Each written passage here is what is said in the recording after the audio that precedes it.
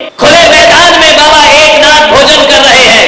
रोटी रखी गई, घी की कटोरी रखी गई। बाबा एकनाथ ने भोजन करने से पहले अपने प्रभु का स्मरण किया, आंखें बंद की और आंखें बंद करके प्रभु से कहा, प्रभु तेरा लाख लाख धन्यवाद कि आज मेरी थाली में 2 रोटियां तूने रखी हैं। जरूर मैंने पिछले जन्म में किसी भूखे की भूख मिटाई होगी, तभी तूने मेरी थाली में रोटियां प्रदान कर दी हैं।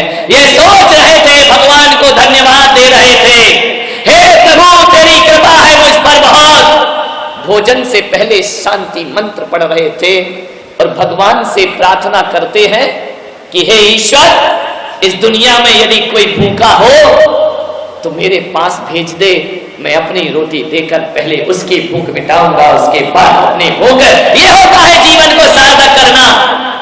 और कहते हैं आंख मूंद कर जैसे ही प्रभु का ध्यान किया, एक कुत्ता आया, जैसे ही आंख खोली, थाली की रोटी कुत्ता लेकर के भाग गया। आंख खोल करके देखा थाली खाली। बाबा एकनाथ ने देखा कि अरे कुत्ता रोटी लेकर के जा रहा है, दौड़े उसके पीछे। कुत्ता आगे आगे, बाबा एकनाथ पीछे पीछे, भागे जा रहे, कुत्ता रोटी लिए भागे जा रहा है। बाबा एकनाथ ने कहा, अरे प्रभु कहाँ भागते हो, हे परमात्मा कहाँ जा रहे हो तुम मुझसे दूर, ये रोटी लेकर भागो मत।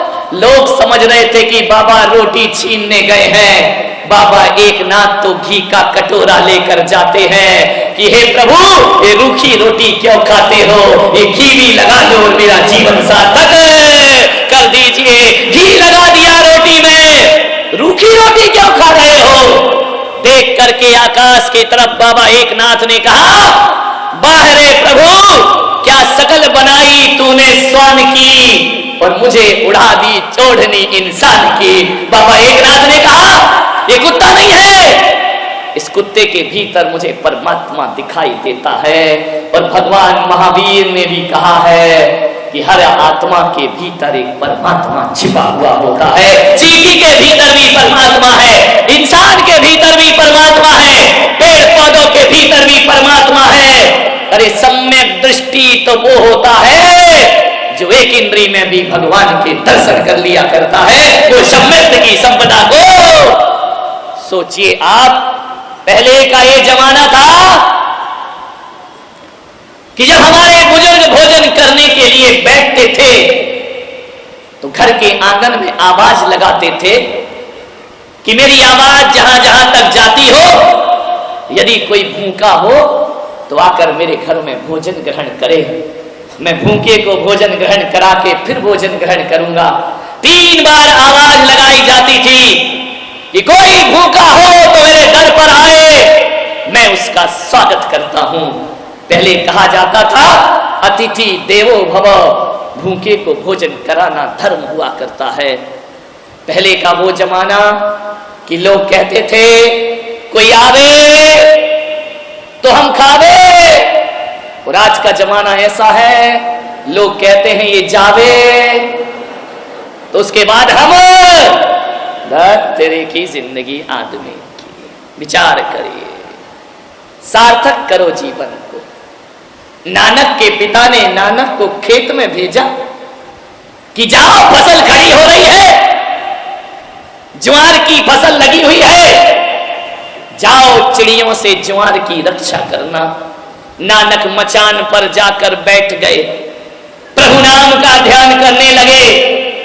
चिड़ियों ने देखा कि ये कैसा रखवाला है, ये हमें भगाता ही नहीं है। चिड़िया आकर के ज्वार बाजरा खाने लगी।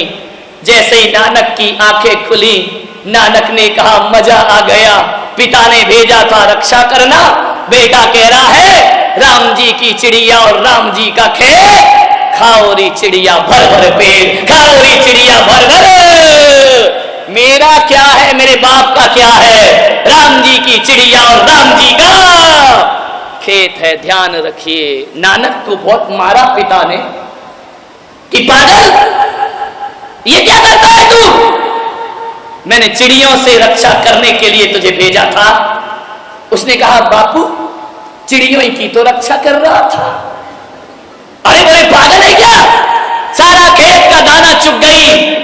बोले पिताजी, यदि दाना नहीं चुगती तो चिड़ियों की रक्षा कैसे होती? सारी चिड़िया भूखी मर जाती। इसलिए मैंने कहा कि राम जी की चिड़िया और राम जी का खेत, खा लो चिड़िया भर भर पेट। ध्यान रखिए, ये होती है संतों की करुणा। अरे अपने लिए नहीं, दूसरों के लिए भी जीने का थोड़ा सा प्रयास करिए। कल हजारों लड्डू चढ़ाएंगे, एक लड्डू किसी भूखे को दे देना, गरीब को रास्ते में। मैं कहता हूं हजारों लड्डू से भी ज्यादा पुण्य लगेगा बाबा के चरणों में चढ़ाया हुआ लड्डू यदि किसी गरीब के दामन में चला जाता है तो ध्यान रखना, वो लड्डू लड्डू नहीं रहता है, गोपाचल वाले बाबा का प्रसाद बन जाया करता है, जीवन का आनंद बन जाया करता है। सेवा करें, लाखों रुपए दान करते हो, कोई बात नहीं है। इस पंडाल में बैठे हुए लोग सोच रहे होंगे कि काश हमारे पास पैसा होता तो हम भी दान करते, हम भी बोलियां लेते। आज हमारे पास पैसा नहीं है, हम कैसे इस सौभाग्य को प्राप्त करें? नहीं मेरे भाई, ये दिमाग से निकाल दीजिए कि पैसे से ही धर्म हुआ करता है। ये बात अपने दिमाग से निकाल दो, पैसा ही अकेला सब कुछ नहीं होता है। मैं तो ये कहता हूं कि माला फेरने वाले हाथों से ज्यादा वो हाथ पवित्र होते हैं जो दीन दुखियों की सेवा किया करते हैं। उनसे पवित्र हाथ दुनिया में कोई दूसरे नहीं हुआ करते हैं। अरे किसी को जीवन दान देते हैं, वो हाथ बहुत पवित्र है। कुरान, गीता, बाइबल समय सार हाथ में लेने वाले हाथ उतने पवित्र ना होंगे जितने किसी का भला और सेवा करो तो तुम्हारे हाथों में पवित्रताएं अपने आप आ जाया करती हैं। निस दिन भैया वृत्त करैया सो निश्चय भव। सेवाएं करिए अपने जीवन में थोड़ी सी। बहुत से ग्वालियर के विभिन्न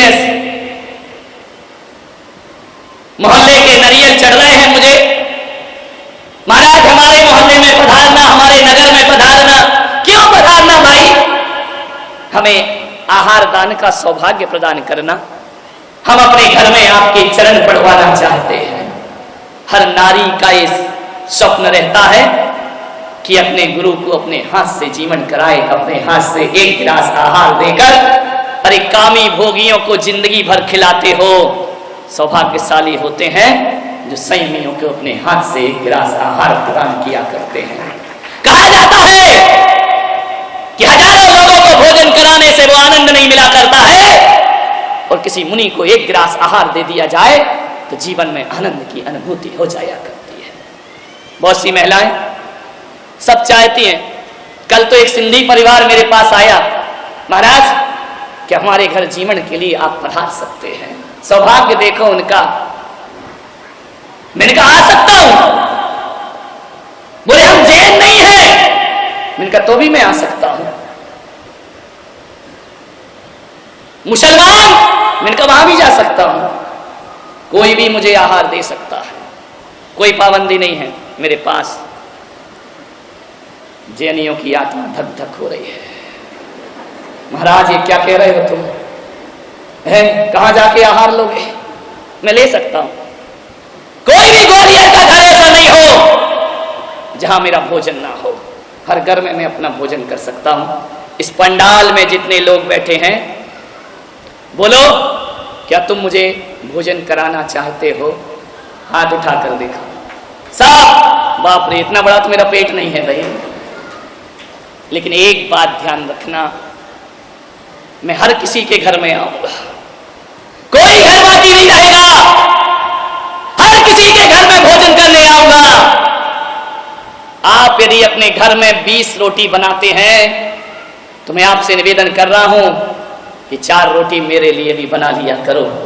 20 में से 4 मेरे लिए निकाल देना, क्योंकि मैं अपना बना हुआ भोजन नहीं लेता हूं अपने निमित्त का।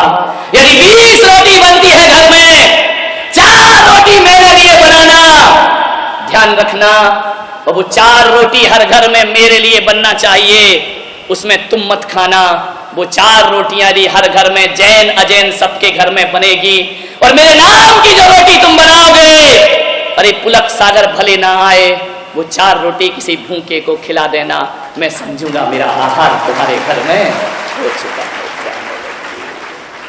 प्रतिदिन 4 रोटी मेरी निकालना, और घर में यदि गाय आ जाए तो 4 रोटी दे देना उसे। घर में कोई भूखा आ जाए, भिखारी आ जाए, क्या परीक्षा करते हो 2 रोटी के लिए? 2 रोटी 4 रोटी उसके दामन में डाल देना। और उसको यदि तुम रोटी दोगे, तुम सोचते रहो कि हमने भिखारी को दिया है, और मैं सोचते रहूंगा कि भिखारी को नहीं, तुमने मेरे सामने अर्घ चढ़ा दिया है। इससे बड़ा धर्म दुनिया का कोई दूसरा। बोलो, सिंधी परिवार हो, जैन हो, वैष्णव हो, माहेश्वरी हो, 4 रोटी मेरे लिए निकालोगे ना? मेरे खाने का मतलब ये नहीं कि मैं आकर खाऊंगा। अरे भगवान भी तो नहीं लेता ना, फिर भी तो मूर्ति को भोग लगाते हो। अपने ठाकुर जी को भोग लगाया जाता है, मूर्ति थोड़ी खाती है। लेकिन जब ठाकुर जी को, पत्थर की मूर्ति को भोग लगाते हो, तो तुम ऐसा सोचते हो कि ठाकुर जी भोजन कर रहे हैं। अरे भूखे को 4 रोटी खिलाना, सोचना पुलक सागर भोजन कर रहा है। तुम्हारे घर में आहार ग्रहण 4 रोटी बस, और 10 रुपए मुझे जरूर देना हर दिन, ध्यान रखिए। इतना तो दे दो भाई, मुझसे लाखों रुपए का आशीर्वाद मांगते हो, मेरे को 10 रुपया भी नहीं दोगे, मुझे 10 रुपया नहीं दोगे ना, तो इनकम टैक्स वाला 10 लाख ले जाएगा उठा करके। ध्यान रखना, विचार करना है। 4 रोटी और 10 रुपए। 10 रुपए इसलिए कह रहा हूं, लोग कहेंगे महाराज रोटी की रोटी खाओ, 10 रुपया और मांग रहे हो। ध्यान रखिए, 4 रोटी मेरी माताएं मुझे देंगी, और 10 रुपया जो पिता तुल्य हुआ करते हैं ये मुझे प्रदान करेंगे। 10 रुपए हर घर से मिलना चाहिए। और एक बात ध्यान रखना, वो 10 रुपए मैं ये नहीं कहूंगा कि तुम मेरे ट्रस्टियों को लाके दे देना, मैं ये नहीं कहूंगा किसी मंदिर में जाके देना। वो 10 रुपए जो मैं कह रहा हूं, मैं हर व्यक्ति को, ध्यान रखना, लाखों करोड़ों रुपए दो तब किसी संस्था में ट्रस्टी बन पाते हैं। काहे को ट्रस्टी बनना, अपने ट्रस्टी खुद ही बनो। मैं ऐसा ट्रस्ट खोल रहा हूं जिसमें तुम ही ट्रस्टी हो, तुम ही अध्यक्ष हो, तुम ही मंत्री हो, तुम ही कोषाध्यक्ष हो, सारी कमेटी तुम ही बन जाना, और पर डे 10 रुपए निकालना, और एक गुल्लक में डालते रहना। गुल्लक को गुल्लक मत समझना, अपने ट्रस्ट का कोषाध्यक्ष समझना। 10 रुपए पर डे उसमें देना, और महीने के जब 300 रुपए हो जाएं, तो किसी अनाथ के लिए 300 रुपए की सहायता हर महीने करते रहना। अरे जिसके लिए सब कुछ दे दिया, वही औलाद बुढ़ापे में उसे छोड़ करके अब जाने के लिए पैसा भी नहीं है घर वापिस, पैदल पैदल पहुंचती है घर में। और जैसे ही घर में पहुंची, रात घिर आई, उस माँ ने देखा कि घर पर तो ताला डला है, मालिक कोई और हो गया इस घर का। अपने ही घर को देखती है कातर निगाहों से। ऐसी भी औलाद इस दुनिया में पैदा हो चुकी है मान्यवर, जो अपने माँ बाप को नहीं बल्कि उनकी दौलत से प्यार किया करते हैं। ऐसी भी औलाद है जो माँ बाप की कीमत नहीं करते हैं।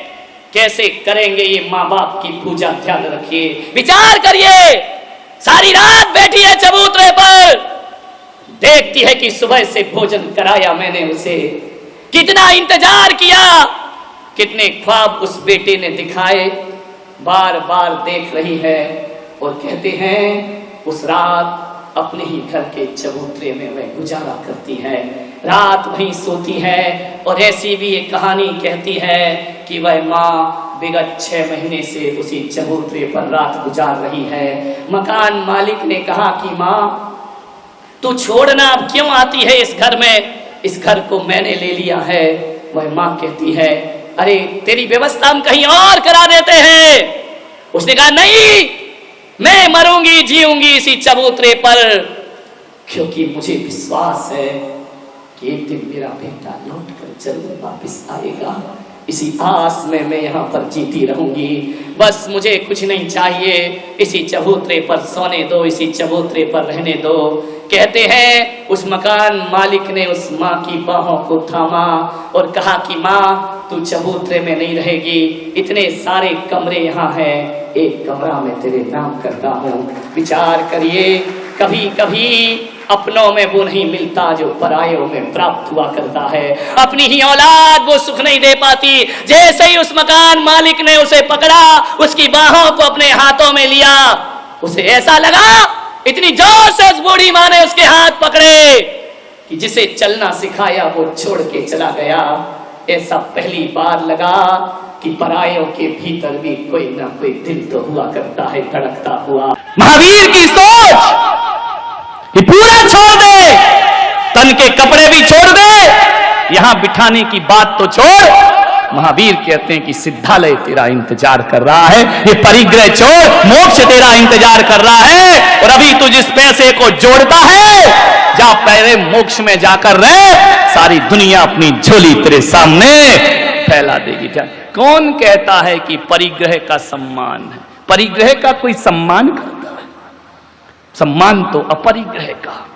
आज तेरी जिंदगी में 1 लाख अपरिग्रह की भावना जगी, उस अपरिग्रह ने तुझे माला पहनवा दी। ध्यान रख। एक साधु था, उसके साथ एक नया सन्यासी बन गया जोगी। एक दिन कमरे में बैठकर नोट गिन रहा है, दान दक्षिणा ली 11,000, 20,000, 25,000। वृद्ध साधु को अच्छा नहीं लगा। उसने कहा कि तू पागल है क्या? जिस दौलत को हम लात मार के आए हैं उसे तू कमरे में गिनता है? लोगों की श्रद्धाओं के साथ खिलवाड़ कर रहा है, नोट अपने पास रखता है। अरे छोड़ दे पागल, तेरा संन्यास का रास्ता है। जानते हो, उस युवा सन्यासी ने कहा कि बाबा जी, ये प्रवचनबाजी स्टेज पे करना, बाप बड़ा ना भैया, सबसे बड़ा। तो बोले बाप आप तो तू छोड़ आया। बोले टका हरता, टका करता, टका मोक्ष प्रदायकम। बिना टका के तो मोक्ष भी नहीं मिलता है। बाबा कल की रोटी का जुगाड़ नहीं होगा। तुम बूढ़े हो, मैं जवान हूं, मैं आज की दुनिया को जानता हूं, पैसा बहुत जरूरी है। बूढ़े ने कहा चलो छोड़ो, दुष्ट बुद्धि का है, एक दिन संभल जाएगा, छोड़ो। अवसर दिया, कोई बात नहीं। एक दिन बूढ़ा सन्यासी और जवान सन्यासी जंगल से गुजर रहे थे। रात घिरने को आई, सांझ ढलने लगी, गोधूली की वेला। बूढ़े सन्यासी ने कहा कि रात बहुत हो रही है, ये नाव वाला चला रहा है नाव, पूछ उससे हमें उस पार कराएगा क्या? उसने कहा अभी पूछता हूं। दौड़ा दौड़ा युवा सन्यासी गया। बोले नाविक, क्या हमें उस पार पहुंचाएगा? नाविक ने कहा सुबह से आज किसका मुंह देखा मैंने, बोहनी बट्टा तो हुई नहीं, और शाम को घर जाने का समय है। ये बाबा बैरागी अक्खड़ फक्कड़, इनके पास होगा क्या? चलो चलो, मैं नहीं कराता नाव पार। युवा सन्यासी ने कहा क्या चाहिए? बोले उतरवाई लगेगी। बोले देंगे। मल्लाह की आंखें फट गई कि बाबा कहां से देगा? बोले देंगे, है हमारे पास। तो उसने कहा बैठो। दोनों को बिठाया, उस पार पहुंचाया। युवा सन्यासी ने झोली में से नोट निकाले, बूढ़े को दिखाए। कह रहे थे ना कि पैसा कुछ नहीं होता, लो दिखा के चमचमाते लहराते नोट दिखाए, उसे दिए, उस पार चले।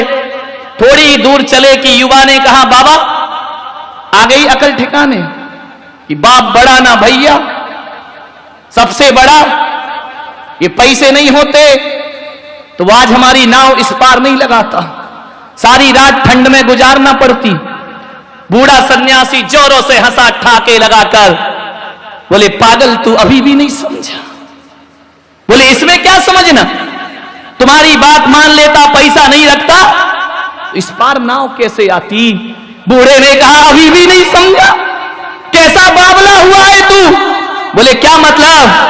बोले जो 20 रुपए तूने उसे दिए हैं, यदि 20 रुपए दबा के रखता तो नाव पार कभी ना होती। 20 रुपए छोड़ दिए इसलिए तेरी नाव इस पार आई। एक बात ध्यान रख, रुपयों को रखने से नैया पार नहीं हुई, बल्कि रुपयों को गांठ में निकाल कर त्याग करने से नाव पार हुई। अरे पागल, पूरे फेंक दे, नदी की क्या बात, संसार से भी पार हो जाएगा। ध्यान रखिए। कौन पार? ध्यान रखिए, जो सिक्का, जो राशि चलन से बाहर हो जाती है वह लोगों को भूखमरी, बेरोजगारी पर फुटपाथ पर सोने को मजबूर किया करती है। और इसका जिम्मेदार यदि कोई होता है तो वो धनपति होता है जो पैसा जोड़ जोड़ करके मर जाया करता है। ध्यान रखिए, यदि हर धनपति अपना पैसा स्टॉक करना बंद कर दे तो भारत से बेरोजगारी रातों रात खत्म हो जाएगी। ध्यान रखें, जोड़ जोड़ के नेताओं ने विदेश में रख रखा है, धनपतियों ने घरों में जम कर रखा है। रुकेगा, गरीबी बढ़ेगी, भुखमरी बढ़ेगी, बेरोजगारी बढ़ेगी। इसलिए महावीर बड़े गहरे दार्शनिक हुए। महावीर जैसा वैज्ञानिक कोई ना हुआ। उन्होंने कहा कि नहीं, हत्यारा तो एक को मारेगा, लेकिन गड़ा के रखने वाला हजारों लोगों की मौत में कारण बनता है, सैकड़ों की मौत में कारण बनता है। इसलिए परिग्रह सबसे बड़ा पाप हुआ, सबसे बड़ा पाप है परिग्रह।